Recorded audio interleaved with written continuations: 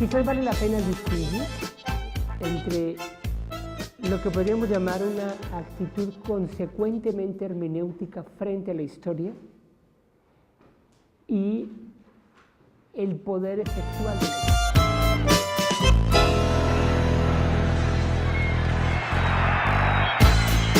Nos queda claro ese énfasis radical que realiza Gadamer como, digamos, en ese sentido heredero de la perspectiva de Heidegger, en que la historia tiene una fuerza ontogenética, ¿verdad? Que la historia tiene en ese sentido una gran capacidad de constitución de la estructura, del sentido, de la dinámica del ser histórico en este sentido, ¿verdad? De lo social, de lo subjetivo, de lo intersubjetivo, de la cultura, de la sociedad en su conjunto. Las sociedades en ese sentido, desde esta perspectiva cabalmente hermenéutica, son resultado del tiempo. Estamos configurados por el tiempo. Hay esa conciencia en Gadamer de este poder, de esta fortaleza de lo temporal, ¿verdad? Con todos tiene que ver. No es un problema de la academia, de historia, es un problema de la sociedad, porque en ese sentido la visualización, la imaginación, la interpretación que tengamos de la historia define nuestra propia experiencia y, como lo ha demostrado casi toda la filosofía de la historia moderna, la visualización, la imaginación, la interpretación de la historia tiene un papel en el presente, un papel clave en el presente, en el que pueden identificarse algunas de sus características o algunas, diría yo, de sus potencias, por ejemplo, en la clarísima disputa que siempre la política contemporánea hace sobre el pasado. En ese sentido, el pasado siempre está en el presente, siempre está actuando imaginariamente, está siempre actuando institucionalmente, porque las consecuencias del pasado se vuelven instituciones, siempre está actuando culturalmente a través de las tradiciones, siempre está actuando subjetiva e intersubjetivamente porque constituye sistemas de relación, tejidos de parentesco, tejidos comunitarios que de alguna manera nosotros heredamos o cuestionamos, ¿verdad? Confrontamos o reificamos, estamos en esa dinámica. Estamos siempre lidiando con el pasado. El pasado, entonces, no es un problema solo de especialistas. Por eso señalo, esta reflexión gadameriana apunta a esta potencia ontológica del pasado en el presente, que pasa, digámoslo así, necesariamente por la visualización, por la representación y por la simbolización del pasado. En cualquiera de sus formas, en su forma cultural, en su forma ritual, en su forma en el discurso ordinario y cotidiano, o en su forma historiográfica, ¿verdad? En su forma académica o en su forma oficial a través de la letra del Estado, pero hay una simbolización del pasado. La sociedad simboliza en sus distintos grupos, estratos, relaciones, dimensiones, simboliza el pasado. Es decir, construye, digámoslo así, usando la perspectiva de Gehlen, construye una narrativa del pasado. Continuamente estamos frente a una narrativa del pasado. Estamos elaborando, reificando, valorando una narrativa del pasado. Lo que está planteándose Gadamer es que la historia, esto es lo más interesante, es que el movimiento histórico, el tiempo, actúa también sobre la simbolización del pasado, sobre la figuración y sobre la elaboración de la propia escritura de la historia.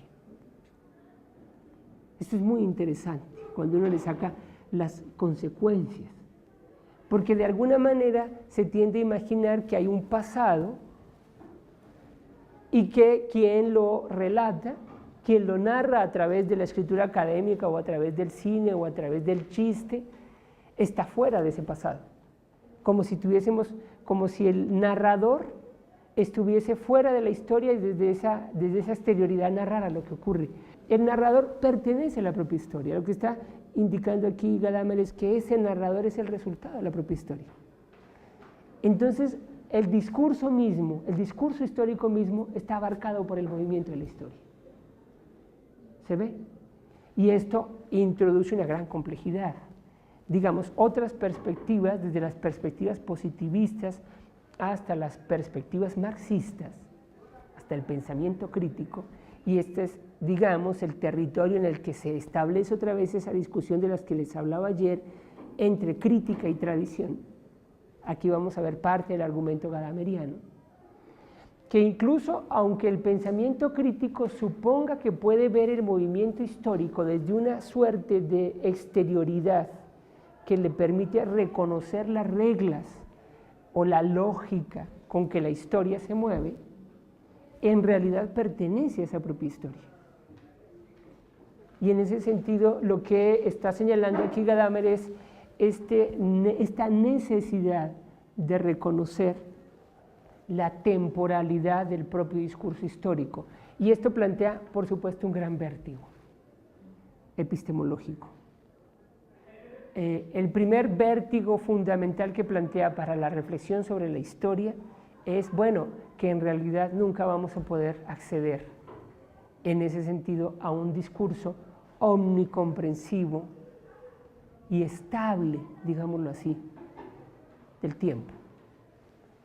Pero no parece ser esa la solución gadameriana, no parece apuntar hacia allá. Frente a la idea de la historia efectual, al reconocimiento de este fenómeno, se plantea Gadamer la vigilancia histórica, que entonces en ese sentido la idea de la vigilancia histórica es un recurso para dar cuenta de la historia efectual. Es una estrategia, casi podríamos decir, es un antídoto, una suerte de antídoto frente a esta presencia total, a esta impregnación total de la historia sobre su visualización. Las personas construimos una compleja narración de lo que somos.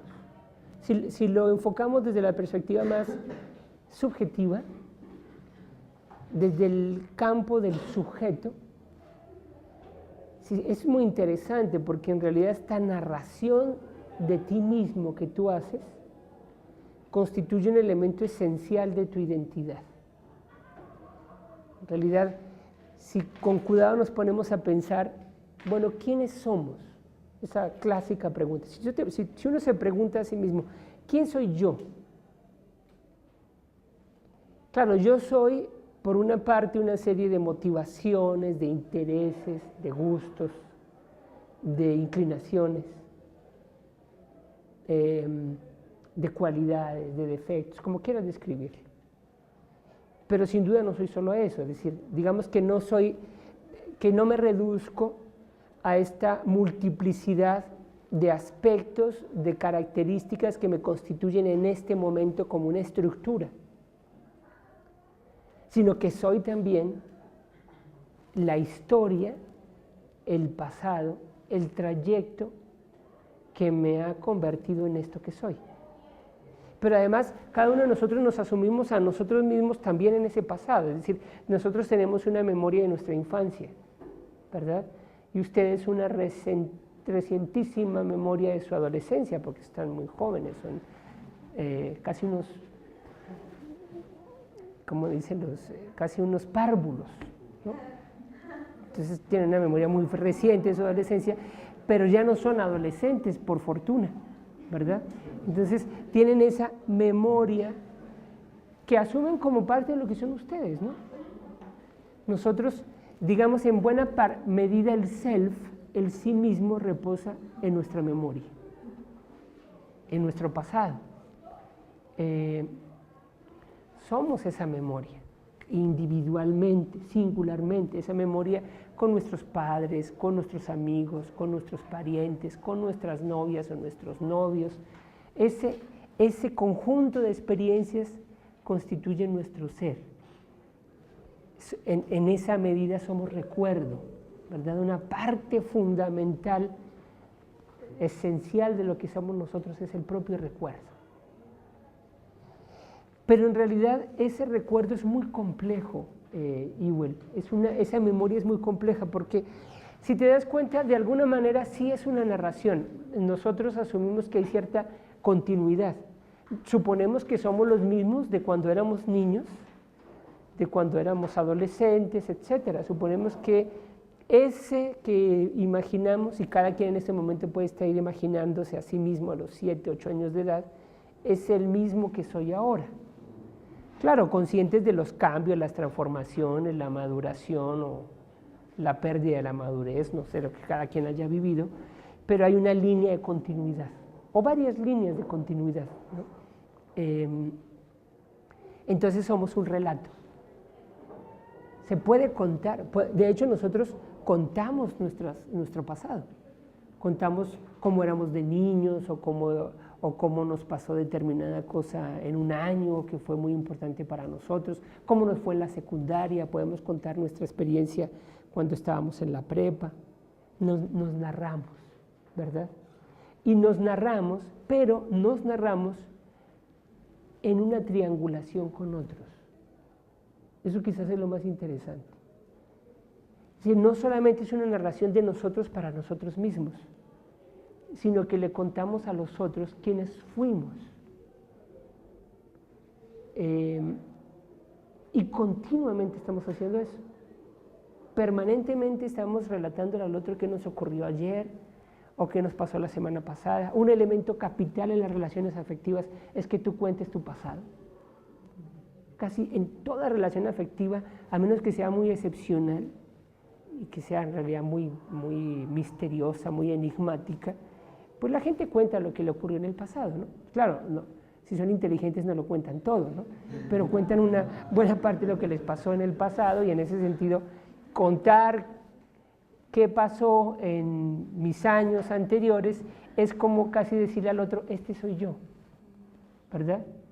Es una forma de expresar mi identidad, mi ser, ¿no? Y entonces construimos esa narración para el que nos oye. No la construimos solo para nosotros, la ordenamos casi que en una intriga para otros, ¿verdad? Y de esos otros recibimos una realimentación que de alguna manera afecta a nuestra propia narración. Los otros fundamentales, en mi opinión, que afectan esa narración de quienes somos, pues son básicamente las fuentes claves, las fuentes afectivas, energéticas, de sobrevivencia claves en nuestra historia. Es decir, los padres ocupan un lugar muy importante en el relato que nos hacemos de nosotros mismos, ¿cierto? Es decir, los padres durante la infancia le están contando continuamente a sus niños quiénes son. Les están haciendo una descripción de si es una niña o es un niño, de si tiene estas o estas otras características, de si es feo o es bonito, de si es inteligente o es bruto, todo eso, con grandes consecuencias, pero le están contando una narración diariamente de quién es, ¿verdad?